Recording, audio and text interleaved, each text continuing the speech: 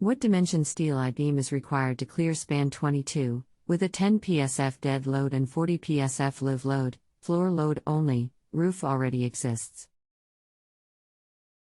What dimension required if same span were to be split in half with steel column for 11 span on each side of column? I can help. Can you take a look at the following link and answer the questions at the bottom of the sheet? Your answers will allow me to accurately model the loading and size your beam. Thanks. https://docs.google.com/open. It equals 0b3 loob _ rxib seenvlor glebe sus 3 kxdhhvvdfnrv9 uke. Thanks for responding. I am building an apartment inside of an existing garage.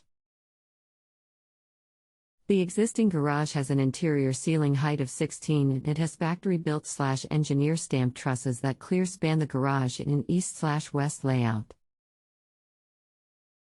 The garage dimensions are 30 east to west x 44 north to south.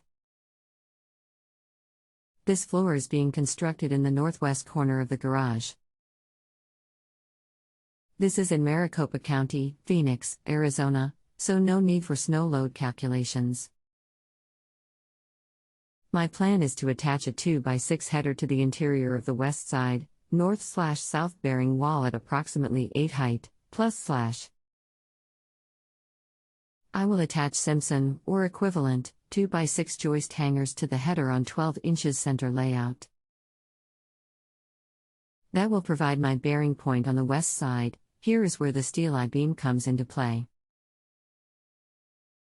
The 2x6 joists will span from the hangers on the west side, projecting eastward 6 feet 10 inches to the steel beam, then cantilever roughly 24 inches beyond the beam, for a total joist length of approximately 9.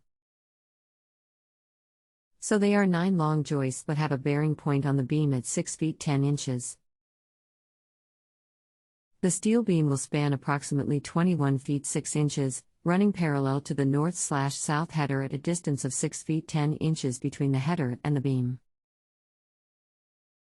I plan on sheathing the top of the 2x6 joists with 3/4 of an inch tongue and groove plywood, glued and screwed to the joists.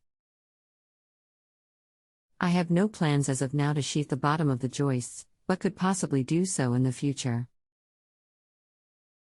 On the eastern, cantilevered edge of the floor, I am framing a 2x4 stud wall that will rise to the bottom chord of the existing trusses, but will not be a bearing wall, of course.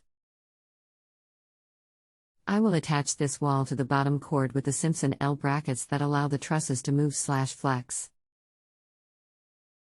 The 2x4 wall will be finished on the exterior with T111 wood siding and on the inside with 1/2 inch drywall and will be insulated with batt insulation or possibly wet-blown insulation. The 3/4 of an inch T&G plywood will be covered with carpet and pad.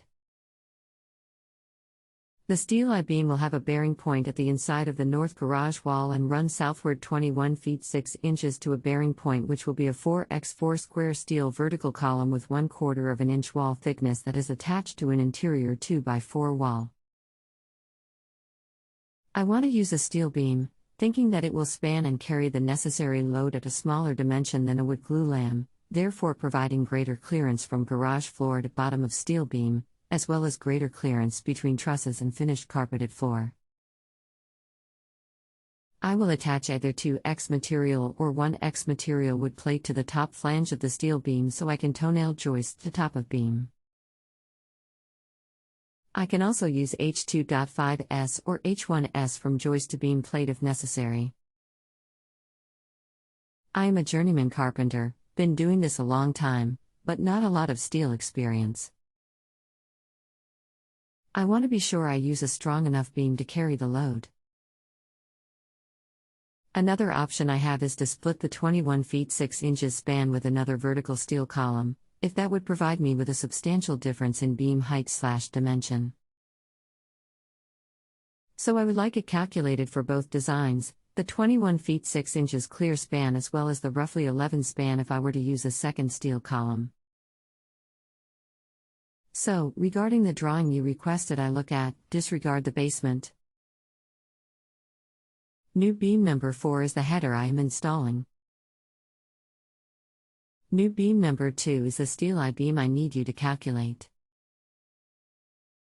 Floor joist span number 3 equals 6 feet 10 inches to beam bearing point, plus roughly 24 inches more of cantilever.